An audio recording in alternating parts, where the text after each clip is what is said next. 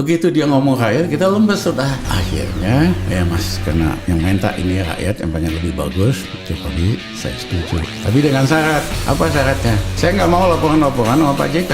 Saya bilang sama Ahok, gue nggak nyari kerjaan, gue tuh sibuk banget. Lu sama Jokowi ada masalah apa? Lu ketemuin gue. Oke. Iya kan? Gue banyak ide, banyak terobosan, banyak teman dalam sama luar negeri. Lu nggak perlu mikirin gue urusan begitu gitu.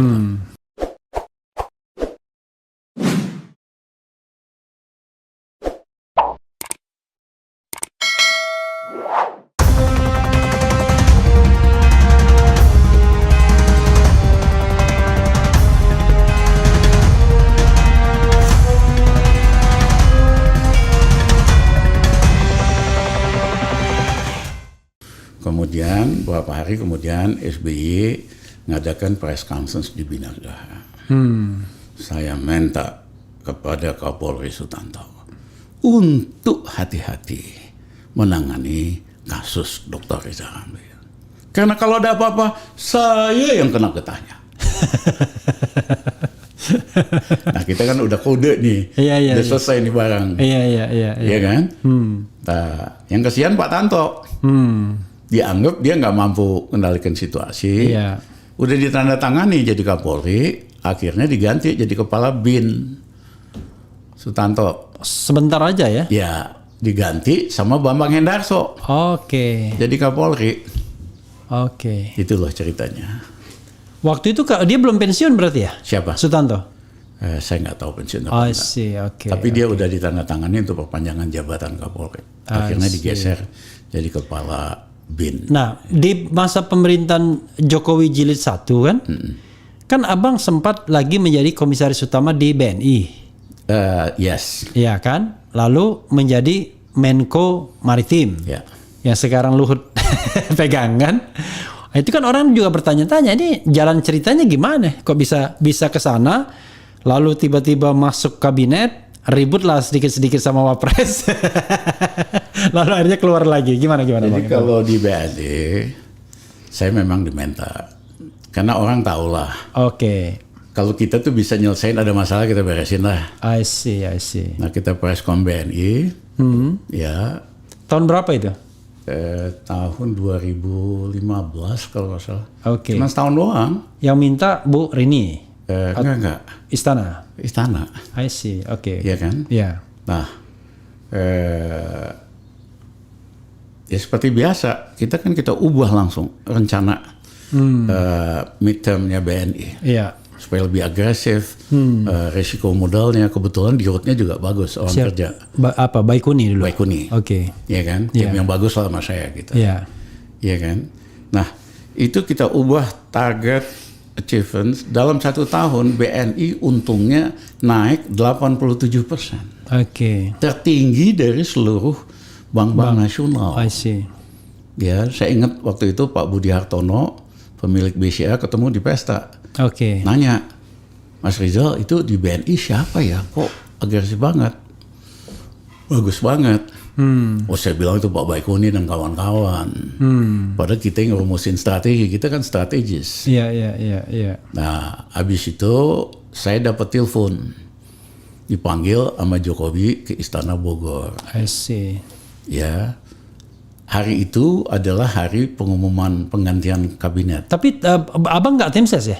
Bukan, saya nggak ada. Nggak ada. Oke. Kita pada pemilu itu nggak memihak siapa-siapa. Oke.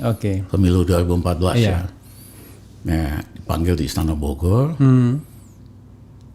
Di mobil, saya pergi dengan Kasino, aktivis 98. Oke. Dia bilang, Kas, kemungkinan saya bakal ditawarin jadi Menko Maritim nih. Iya.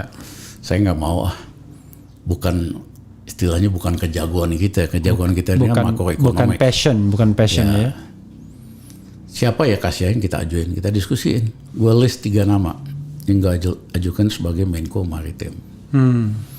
Sampai di Bogor sekitar jam 10, nggak ada siapa-siapa, pengawal nggak ada. 2016 tuh ya? 2015. Oh 2015. Ya. Loh, tadi BNI? Itu sebelumnya. Oh sebelumnya. Oh 2014 BNI-nya? 14-15 lah yang. Oke.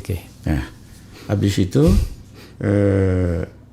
Jokowi bilang, Mas Rizal mohon maaf, nggak ada kopi, nggak ada makanan, karena semua yang kerja saya suruh keluar supaya pertemuan kita ini nggak bocor. I see. Ya. Terus dia bilang, Mas Rizal, saya pengen minta tolong sama Mas Rizal supaya jadi Menko Maritim. Saya bilang, Mas terima kasih banget.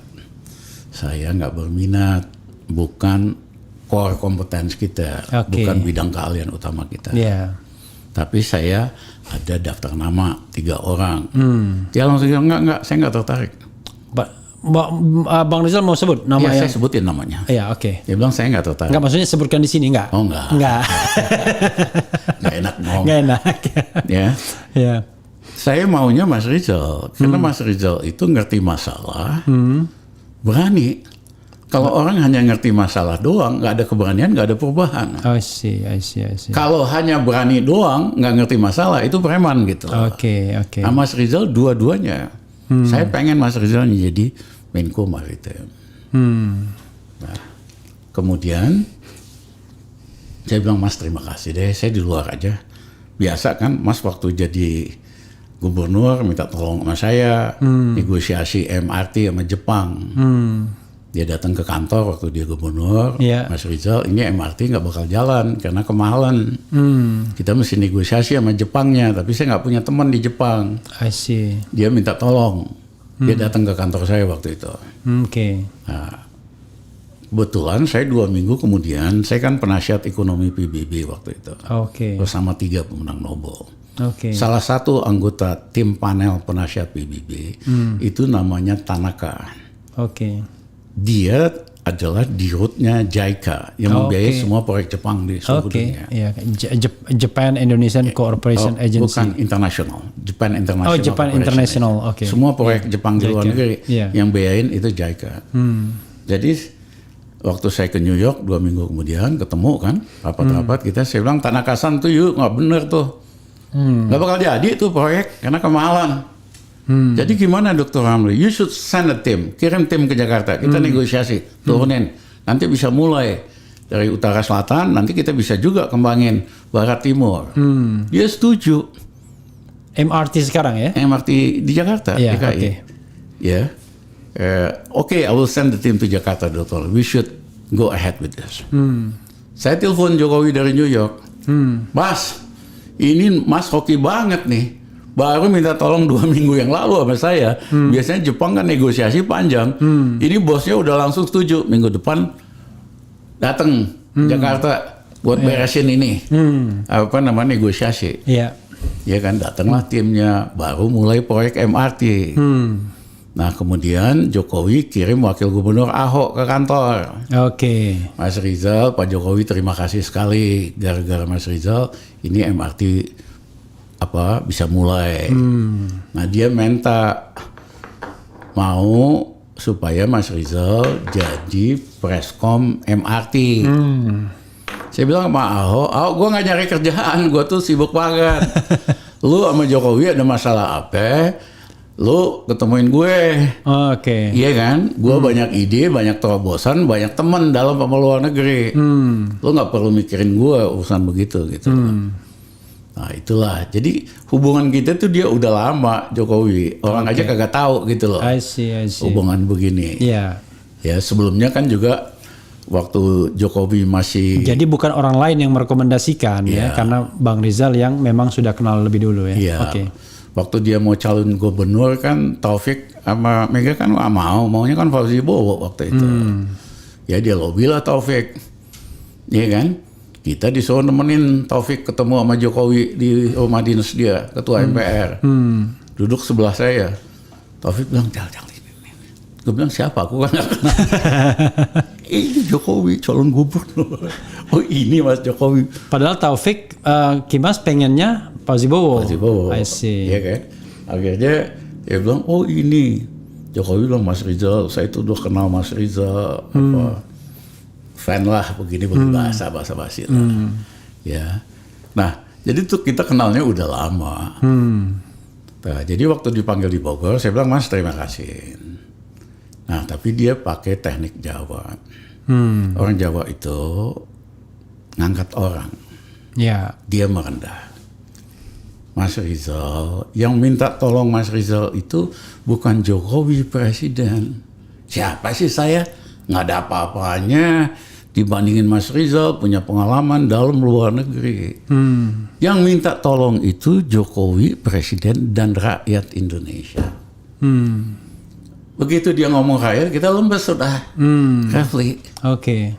Akhirnya, ya Mas, karena yang minta ini rakyat yang pengen lebih bagus, Jokowi saya setuju. Ya kan? Tapi dengan syarat. Apa syaratnya? Saya nggak mau laporan-laporan sama Pak JK. Kenapa? Ya JK biasanya dia bisnisin pengetahuan yang di dalam gitu. Iya kan? Dulu kan si JK waktu menterinya Gus Dur sebagai menteri perdagangan dan ketua Bulog, dia bujuk pemerintahan Gus Dur untuk import beras 2 juta ton. Dia kasih kemudian sama si Aksa buat import. Untungnya gede. Nah Gus Dur baru tahu belakangan si JK main, dipecat JK. Jadi Menteri Perdagangan. Waktu itu dia Menko. Menteri Perdagangan. Oh, Menteri Perdagangan ya. Dipecat sebagai Menteri Perdagangan, diganti nama Luhut Panjaitan.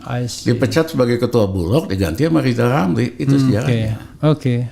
Iya kan? Jadi dia kalau punya info apa, pasti dia dagangin. Ya. Akhirnya Jokowi setuju, ya udah Mas Rizal lapor, saya aja. Oke. Itu loh sejarahnya. Lalu kemudian nggak lama abang di situ. Setahun doang. Iya. Apa masalahnya? Salahnya ada 2. Satu, JK memang terganggu sama kita. Oke. Dulu kan di sidang kabinet dia sangat dominan lah.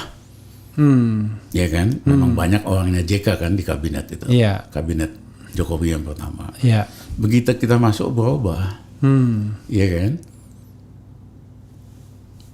Pikiran-pikiran kita akhirnya jadi kesimpulan rapat. Jokowi nyimpulin itu gitu. Oke. Ya kan? Terus proyek-proyek dia kita potongin. Dia kan banyak proyek macam-macam lah di listrik. Pengen anaknya bikin tangki BBM.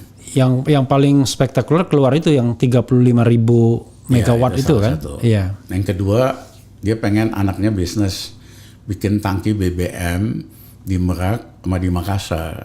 Suruh Pertamina yang bayar $600 juta atau apa. Saya bilang ngapain? Kita itu beli BBM 1,5 juta barrel setiap hari.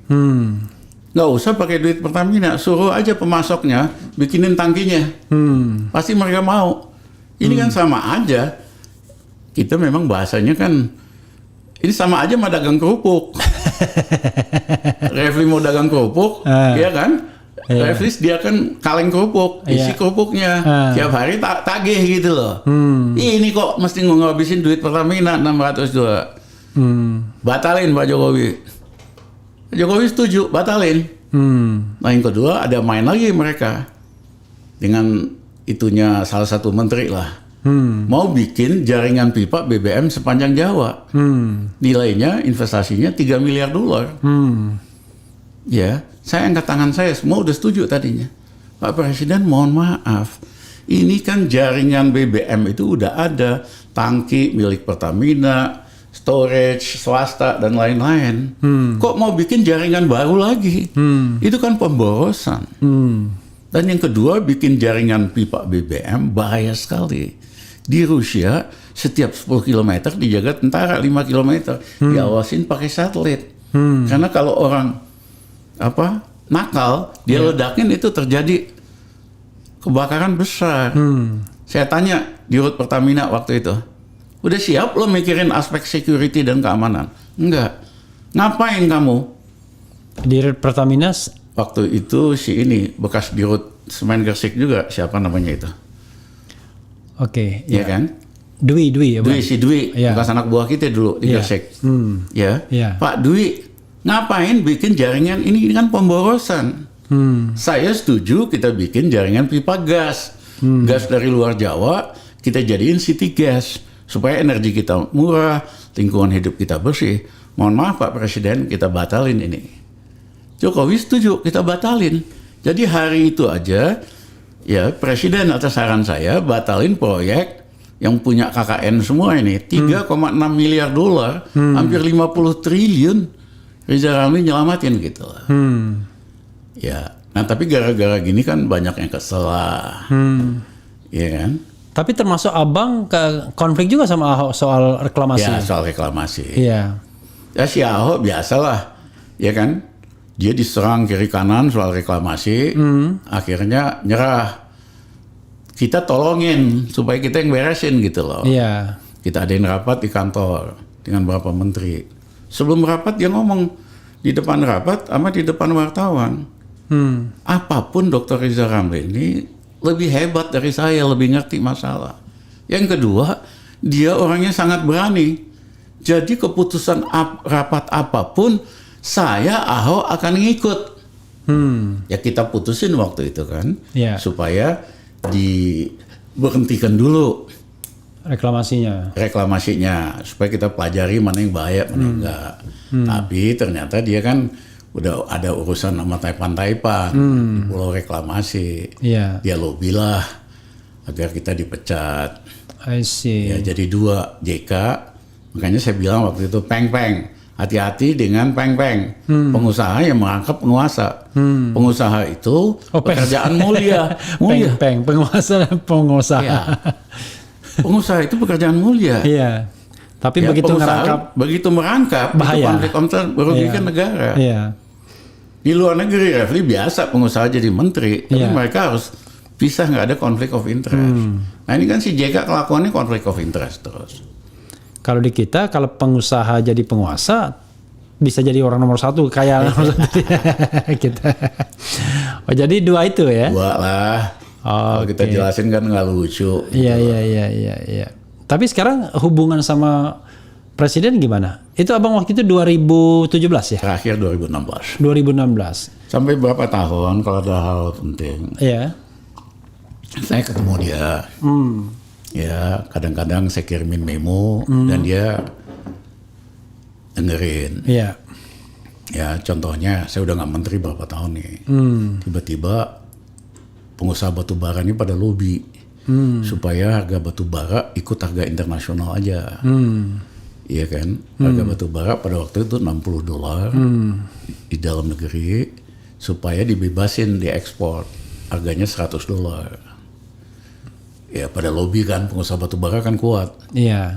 Ya, saya kirim memo WA Jokowi, Mas ini bahaya banget, PLN bisa bangkrut kalau ini dikerjain.